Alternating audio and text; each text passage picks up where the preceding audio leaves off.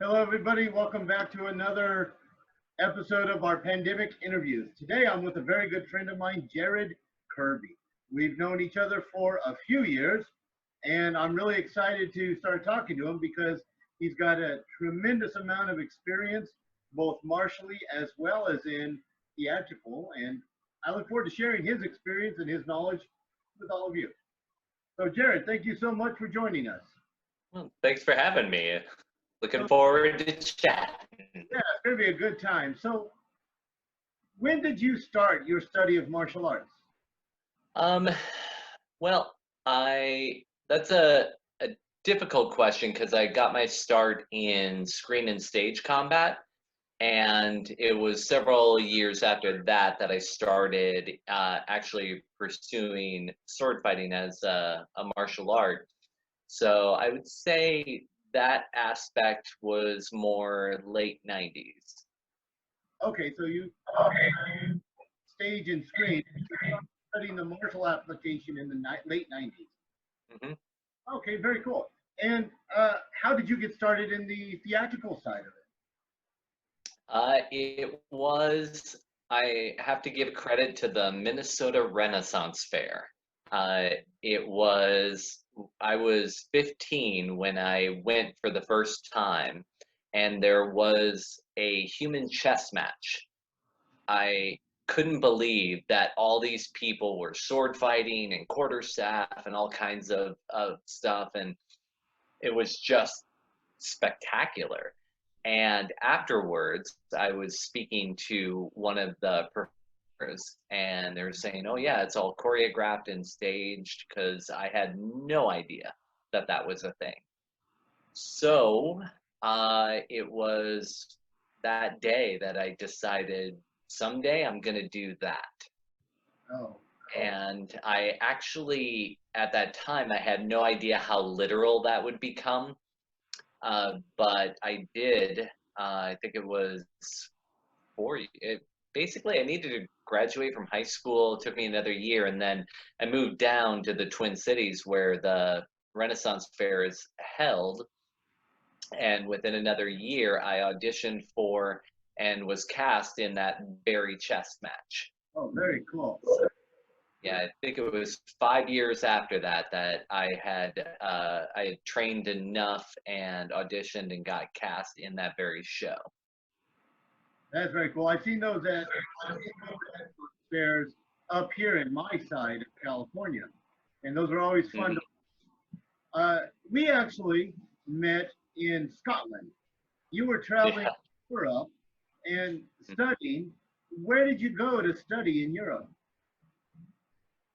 Uh, so I moved to Scotland, to Edinburgh, to train with Maestro Paul McDonald and the Dawn Duelist Society, where we met when I was there. And so, yeah, we'll explain later. We'll talk about there, but I needed to actually get some training from a teacher. And being the late 90s at this time, people have a hard time putting it in context nowadays. But you have to remove the internet and email from all of this. So to know that there was not only a man teaching, actually several of them were teachers over there because Paul McDonald, Guy Windsor, and Gareth Hunt were running the Don Duelist Society. To know that there were these people teaching this art, you just had to go where the teachers were. There was no other option. So I moved to Scotland. I got a work visa through a program called BUNAC, and that way I was able to live there and work and train for half a year. Nice, yeah. And we met on your way back from Italy. And I remember when you came in, I was at Paul's house, and you had a copy of Durr and Fiore. And I still have that copy of Durr in my library that I got from you. Oh yeah? Yeah, it's still in the library at my school. Yeah. It's funny because that's another thing that I think that uh, kids these days take for granted, that all of this material is so readily because of Google Books. But when we met, of course, it was not.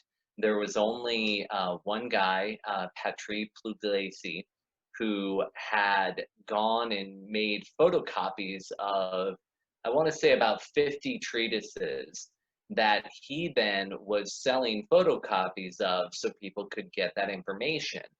And I thought that was wonderful. And I was fascinated by collecting all of these old books. And so, one of the first things that I was doing after I got most of the copies that he had, I started trying to go to libraries and get more. There wasn't much in Minnesota, but of course, when I moved to Edinburgh, there was some new options available, like the leads. And I gotta say, I feel very fortunate that at least there, the librarian at the time was very interested in me buying a photocopy of these fencing that they had, because he wanted to make a photocopy to preserve the information, but the administration wouldn't let him because it may damage the books. And so when I ordered a copy, I was allowed to order copies. So I was paying for the photocopy. He just went ahead and made another copy for himself. Oh, that's So that was a great relationship, and that almost doubled my photocopy library that I had started with Patry. Of course, Paul McDonald had a few treatises, and so we were swapping. And yeah, and then I continued that when I left Edinburgh. I continued digging up. Before Google Books, I had easily over 200 photocopies of treatises, probably closer to 250 copies that I also in turn made available photocopies for sale to get the information out there, and basically just to cover the cost of the photocopies and to give a little more so I could go and get more copies out of libraries. You know, paying for one photocopy from a library could be $200 to $400 in the early 2000s. yeah. I know in my wow, that was really tough. I know in my early career, I got a number of manuscripts from you as well, Mm. and it was a big benefit. And I still have a whole drawer in my file cabinet at the school filled with photocopies of these manuscripts. Yeah, So now uh, you studied in the tradition with Maestro Martinez yeah. and Maestro Acosta Martinez in New York. How did you, and you've gone through and you've become a maestro in their system on your own. Yeah. How did you meet the maestri? Well, good thing we're talking about Edinburgh. So when I had come back, when we were meeting, that was also the same time that I met Maestro McDonald, or Maestro Martinez and Acosta Martinez for the first time. Um, in fact, I'll never forget this because, at the Don Dula Society, if you wanted to be a full member, you had to fight a full member in a contest. Well, Ray and Jeanette were actually there for my fight for full membership the first time. Nice. By saying first time, I think that makes it clear how that went. But I was so nervous because all these people watching. And so, yeah, thinking about it in hindsight, I don't think that that probably left any good impressions on them. Then they were in town because of a stage combat event called the Patty Crean Workshop, where the Patty Crean Workshop was unique, especially in its time. Brad Waller and a few other people had pulled together this idea that as part of training in stage and screen combat, to incorporate real martial arts. So they would bring in Eastern martial artists, and then they were starting, especially in Edinburgh, to bring in Western martial arts. So they had several different fencing masters. Of course, Maestro McDonald was one of them. But Ray and Jeanette were in Edinburgh for that. Okay. Changed everything for me, because I was at a time where my work visa was up, and so I was going to move back to the States anyway. And I had been considering New York because I was an actor in the stage combat side of things. But in the Patty, I took a Spanish Rapier course with Maestro Martinez, and that hour and a half blew me away. Spanish Rapier was so amazing and so different from everything else that I had learned up to that point, and that sealed the deal. So I'll never forget that. It was a point, and it literally locked it in right then and there, because as soon as that class was done, Ray and Jeanette were in the hall outside, and I remember going up to them and shaking their hands, thanking them for the class, and saying, I'm going to move to New York and train with you. I want to learn this. And they were very polite, but I'm sure they laughed at me afterwards. But the joke's on them. Right. So, it was literally, that was August, and I moved back to Minnesota, and I worked like a fiend to save up enough money. And 3 months later, I moved to New York, and I was in their academy in November of '99.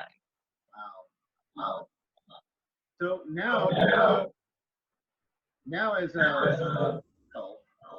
you run your own school, and you have different classes. What's the name of the school that you run? The New York Combat for Screen and Stage is, What do you teach there? Screen and Stage Combat. So we focus on, and it's one of the things that is at the core of what I do, is bringing martial integrity into screen and stage combat fights. There's a lot of, let's say, artistic interpretation when it comes to sword fights on stage and screen. And that I don't find nearly as interesting as a fight that's grounded in martial integrity. I think that you can see the difference when you watch fights, things like John Wick right now, Atomic Blonde, even more fantastical things like Daredevil are grounded. The fights have this grounding in martial reality. Yes, characters can do fantastical things when they have extraordinary skill, but there's still a baseline that's real. Too often in sword fights, that is not carried through. So with New York Combat for Screen and Stage, we work on grounding the training and the choreography that I do in that martial reality to create a way to reveal character through fights, through violence. I'm not as much a fan of just having a fight because it says they fight, because this is a pivotal moment in the show where we can reveal something about the characters through violence that could never be revealed through words. One of the things I often say is words can lie, but actions do not. And you will never be able to as well as you do. So you and I, back before you became a maestro, we'd made a few trips up to Northern California. Yes, I love those. Workshops up there. What were those, and how did you get involved with those? One of the other people who's a fencing master through the Martinez Academy now, Anton Blair, he started, when he started training with the Academy, he was not in a position to move to New York. So he started training with the maestros long distance. The same thing with Cecil Longino, who's now a master through the Academy as well. So one of the ways that Anton was facilitating his training and teaching was something he called Rapier Camp. So we called it, back in the day, we called it band camp, because it felt like we were going off to a summer camp for a week and getting to play with swords and hang out with each other. He invited me, I think that was 2004, 2005, somewhere in there is when we started doing those trips. So I remember coming out and teaching for you the weekend before or after, and then we would drive on up, do a week up there, and then come back. Now, what a lot of people watching this aren't understand or be able to wrap it is that when we did a class, it was 8 hours of practical, followed by dinner, followed by a 2 to 3 hour lecture afterwards for 6 or 7 days. Yep. I remember towards the end of one year, I think I'd had one beer at dinner, and I was so tired, and I was sitting there at the table during the lecture, and I'd started to nod off, and all of a sudden I hear this whisper right behind my ear: if you can't handle your beer, don't drink at dinner. And that was you. I remember that. Yeah, it's one thing to take a weekend training seminar and to train for 12 hours a day, but did that for 6 or 7 days in a row, and having the lectures at night were definitely difficult. When I'm working at my school, and you can see them struggling to hold the rapier up, I'll quite often tell them about our time at Rapier Camp, where I was working in the Italian rapier, and you were working with Maestro Acosta Martinez as an instructor, and you started yelling at me because my hand started dropping, and you're yelling at me, lift your hand up, and I'm shaking. I can't. It's funny because our recollections are always mostly about ourselves, right? So at the same time that you're enduring that, I remember I think Maestro Acosta Martinez just to push me because I wasn't as good as I thought I was. That really quantifies the early part of my training and my sword fighting life.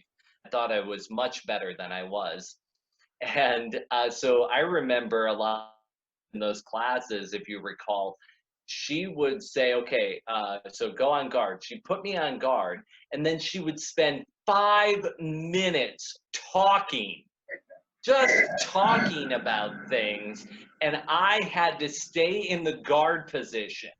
And I know people don't understand, but the Italian rapier that we teach has the weight on the rear leg and a nice wide Capoferro-esque guard position, so it burned. So in my mind, I remember in there going, can't shake, can't let people see the shake. I remember one of those years I decided I'm going to try something new. And I went in to take a week of Spanish rapier. And again, because it's all about me and I remember these, I remember you laughing at me, waiting to see me fail at this. Hmm. And I had so much fun doing that class. And I spent the entire week mumbling to myself, just trying to be able to say acometimiento. Acometimiento. I just went properly to Maestro Martinez. Yeah, no, that's one of my biggest the rapier camp is you doing Spanish rapier because I was like, oh my God, Stevie's going to be so awful at this. And you were actually really good at it. Like you picked it up so quickly, especially compared to the other students that year. And I was like, I think I told you by the end, it was like, you have to keep training in this. Like this works. Yeah, a lot of fun. And speaking of books, you've also released, published, written, and released several books. What Mhm. are some of the books that? No, let me change that question.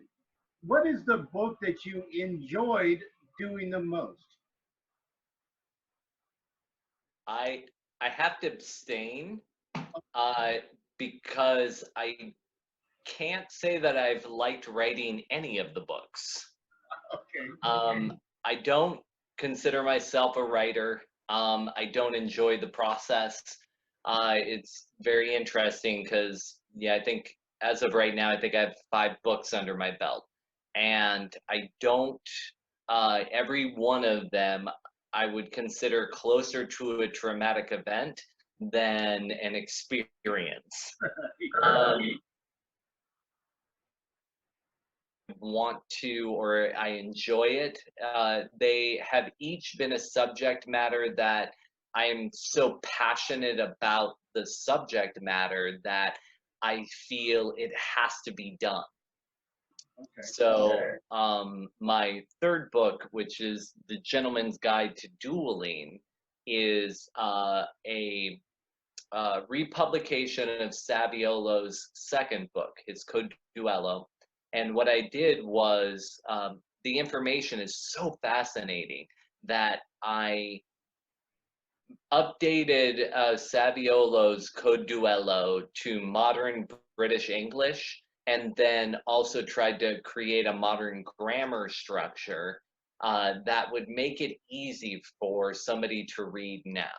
That way, hopefully, the antique language would not put them off. Um, I think it's extremely boring to read anyway, because it reads more like a law book, but the information, though dense, is amazing. And some of the perspective you can get on the way that a gentleman thought in the 16th century is so ingrained in everything that he's writing. But more importantly than that is my introduction. I've always been fascinated by the Italians in Elizabethan England.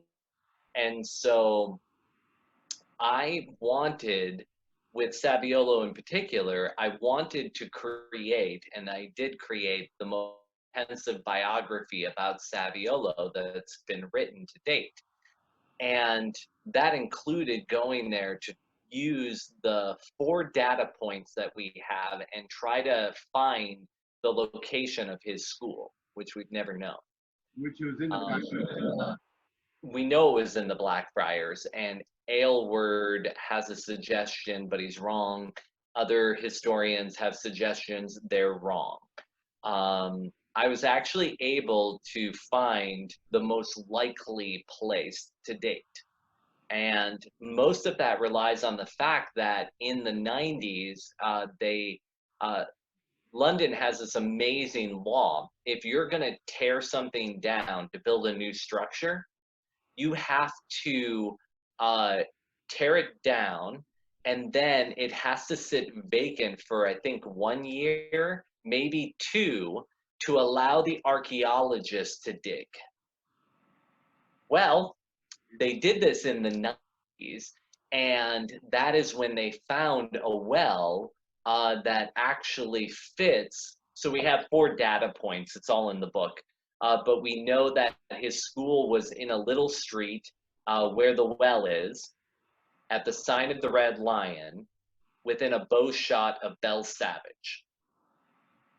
Every other location that's ever been put forward is way beyond figuratively or literal bow shots of Belle Savage. They're way too far away. And a bow shot, This, right? huh? A bow shot's about 100 yards, 200 yards. I went further than that. There are people back in the day that bow 225, 250 yards. Okay. So I said, let's go extreme. Still, none of those data points are even close. What the place that I found is actually not that far away from Belle Savage Yard. I walked it, and it's a big complex now, which is why we have this data. But by cross-referencing that with antique maps, you can actually see in that time period that there is a little street there that terminates.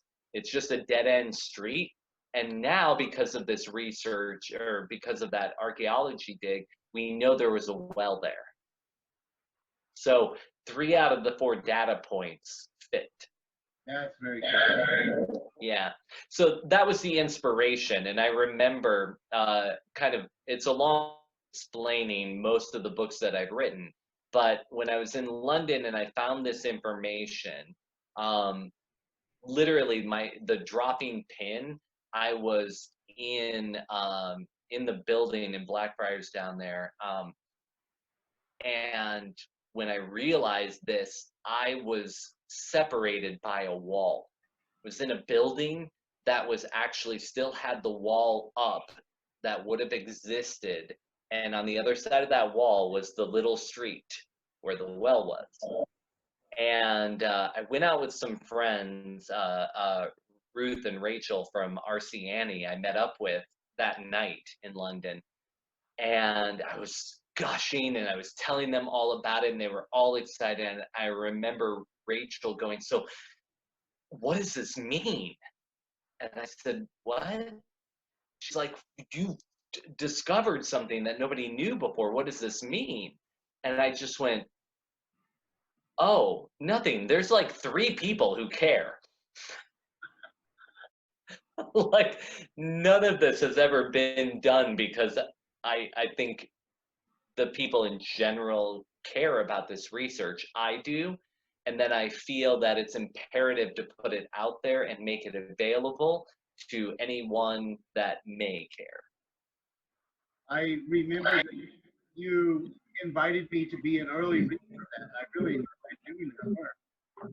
But I have to say the book that has stuck out most for me that you've written is your Capoferro book. I know I've used it a lot, and I know there's a lot of people that have used it. And I've always really found that one helpful. But from that, I want to segue into another topic that you do a lot of, and that is running conventions. I remember when I ran one convention, and you and Cecil both said, run as fast as you can and don't do it. Yet you yeah. I have a crystal clear memory of our conversation on the way to Rapier camp where you were talking about that. And I remember going, Stevie, I love you, so I'm just going to say this, don't do it. We actually, no, the first time I taught at an event outside of my own little club was at an event you were running in Lansing, you and John Lennox. Yep. The International Sword and Martial Arts Convention that everybody mispronounced because everybody called it ISMAC. Yep. But it's a sword fighting convention with ISMAC. It should be ISMAC. Yep. So I was on for a long time trying to get people to change their pronunciation. Tell us how you got into I was 100% behind you on that, by the way. Once you realized that, I was like, damn it, we missed the boat on this. Unless this is going out to children, then darn it, we missed the boat on that. How did you get into? So, the way that all started, so this was the early days of the internet. There were listservs. And in the early 90s, one of those listservs was about Western martial arts. And that was started by a great guy named Ken Frenger. He created this listserv, and it was actually the first time that a lot of people were talking about it, about Western martial arts on an international scale. So this included Stephen Hand, William Wilson, Greg Melee, Mark Rector, Stefan Deek, myself, Tim Rizicki, just to name a few, were on this, and just amazed that we could find anybody else that was interested in such a subset of things. And so we talked for years. We talked on this listserv, and then in 1999, the Chicago Swordplay Guild held a symposium in Chicago.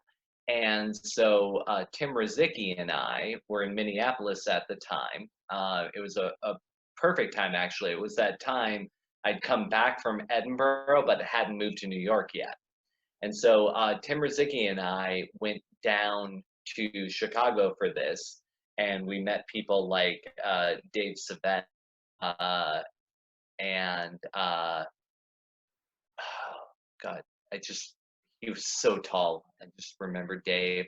A lot of other people. I think John Kovacs was there. I want to say Dwight was there. Right, Macklemore. But yeah, but I don't know that that's true. I want to say that, but no, I don't think it's true. I don't remember. That was 99, so way too long ago.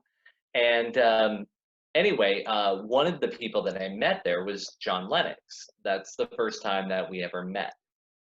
And in John, I found a kindred spirit, somebody who was just as fascinated with Western martial arts as he was with screen and stage combat.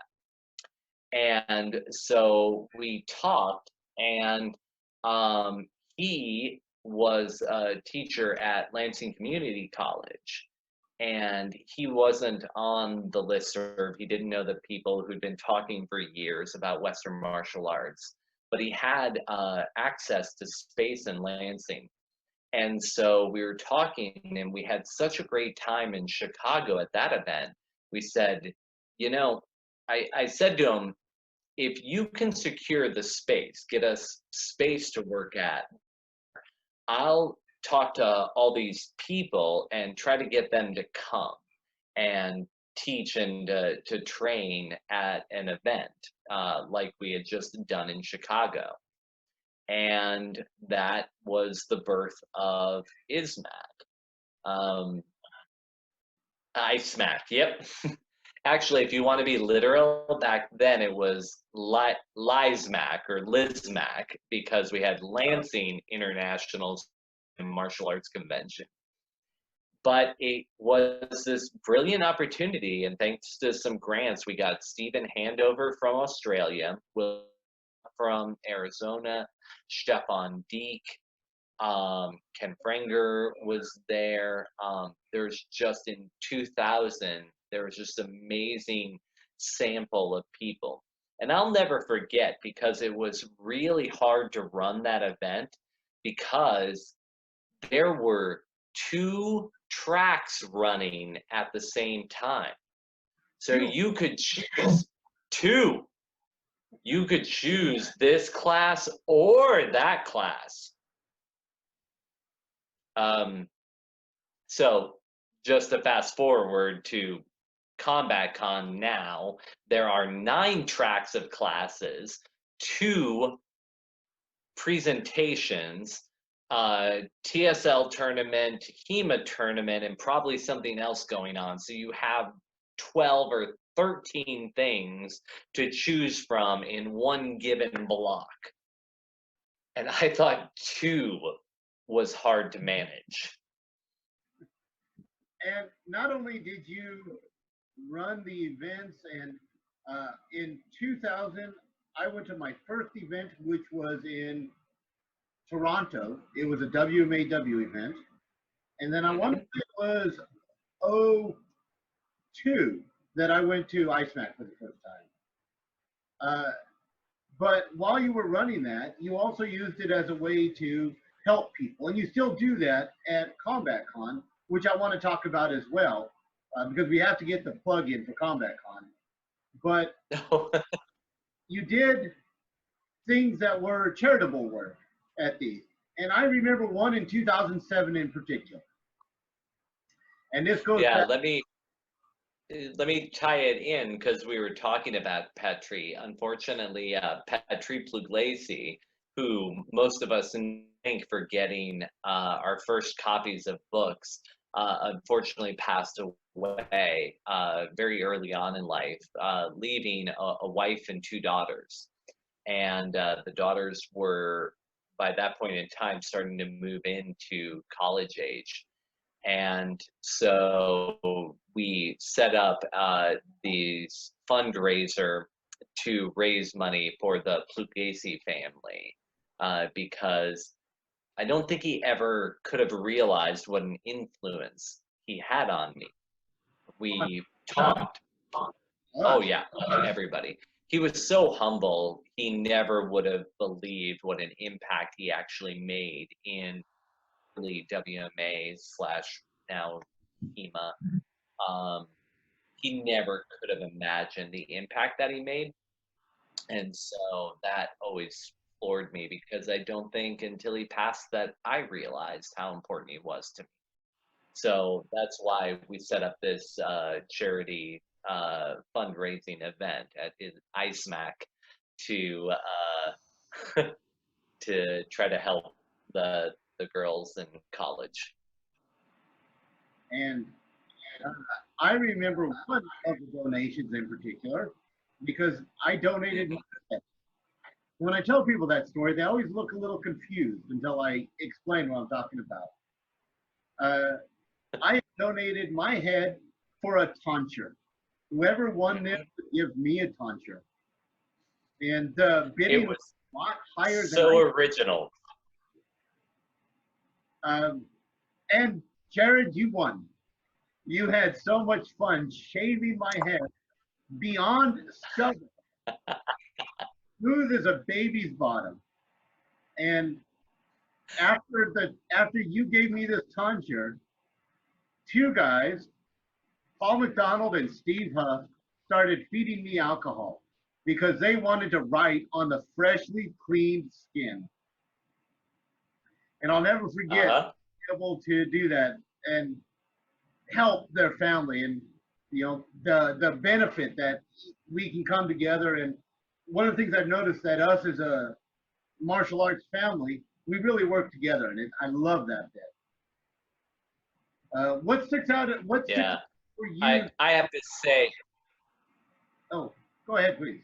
I just wanted to talk about the tonsure because it was such a unique idea that you had, and as soon as you had it and you offered that up, I swore to God no one would beat me.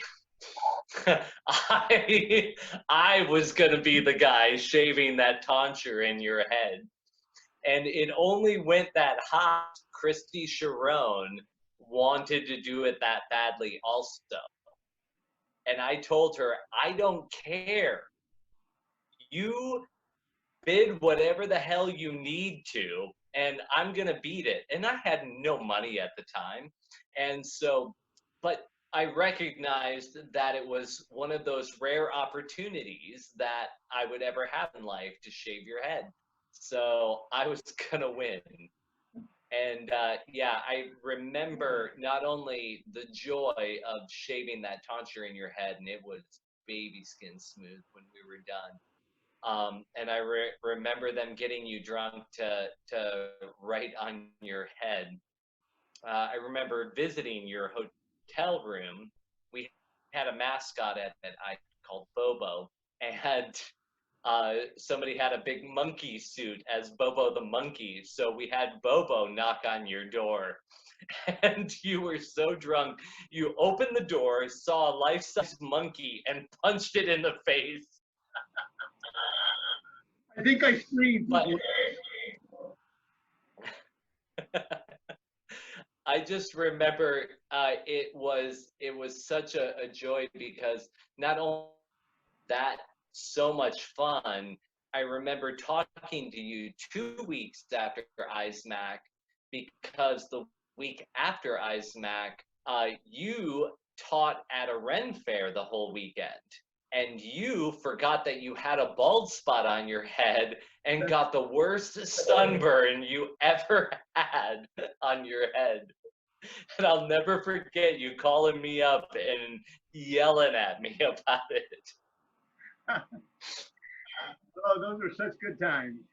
And then ISMAC evolved and became Combat Con.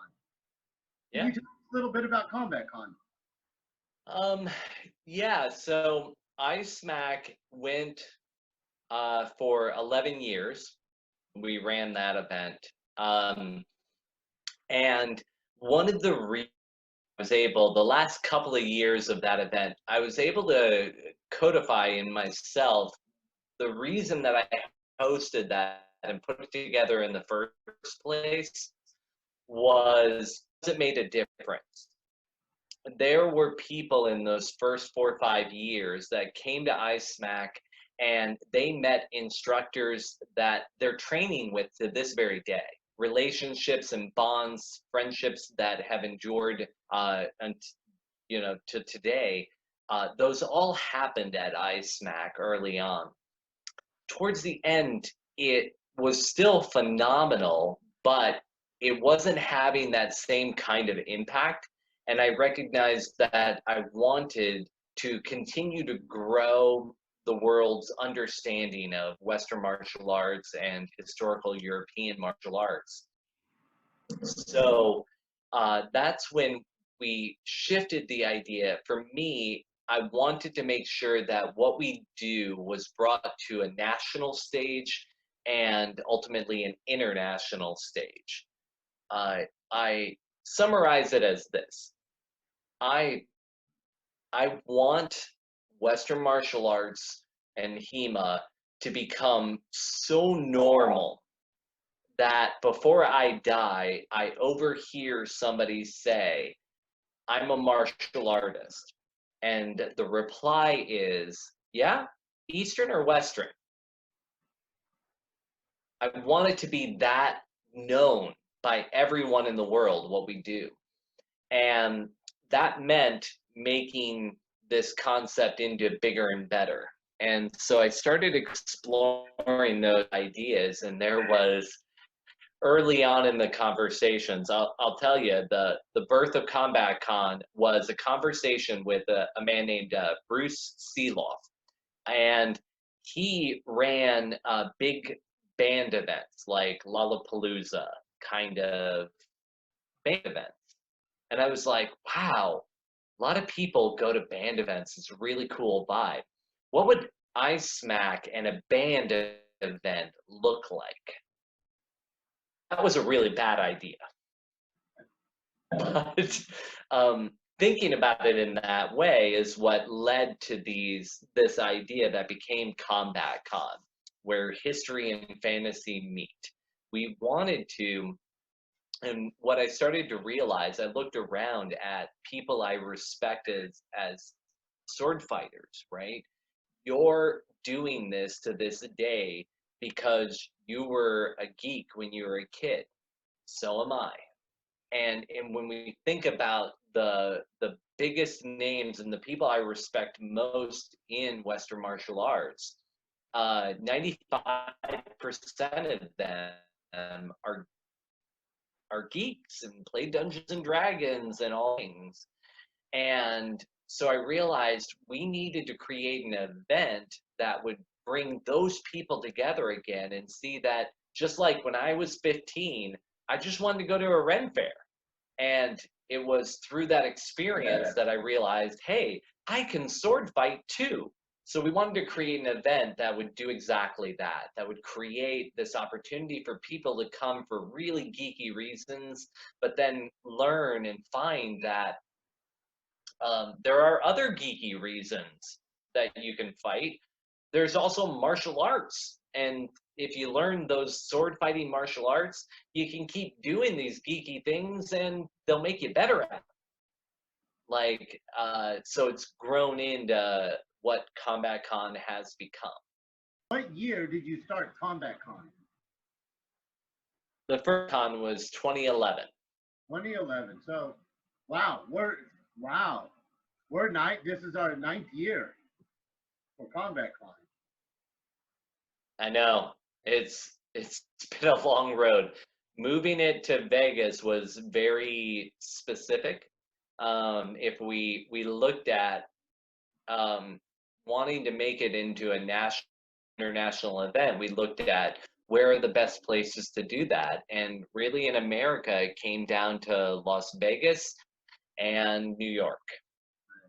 Now, you know, since I live in the New York area, that was my bid. I wanted it to be here, but then it fell on me to find a place. And, you know, there's no place in New York that has more than 10-foot ceiling clearance, unless you go to the Javits Center, and that's a whole new huge event you got to have. So we chose Vegas. Yeah, then you start looking at the cost of Vegas versus New York, and it just doesn't make sense. Oh yeah, get room prices that basically what we were paying in 2011, it's the same that we're paying now. Like, it's nothing. The cheapest rooms I could have found in New York to hold this event are more than double what we pay in Vegas. Well, Jared, I want to thank you for spending some time with me. It's always a pleasure to catch up with you.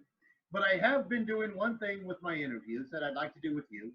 And we've already done a little bit, but give me another story about you and me that you remember from our past together. Oh. I have plenty of those, but let's stick to ones that we want public. I would have to say, when I was coming out and teaching for you in the early 2000s, and then we'd go up to Rapier camp, I only had 2 rules, Stevie. What were the rules? What had to happen? I had to have the jujitsu. Yep. And was the other one beer in the fridge? Nope. No, I don't remember the second. No, because you always had something to drink, and I wasn't picky. The Costco trail mix you introduced me to. Oh, you always had that in the car. And I was. And then I always made you watch bad sword fighting movies with me. So that was my transition.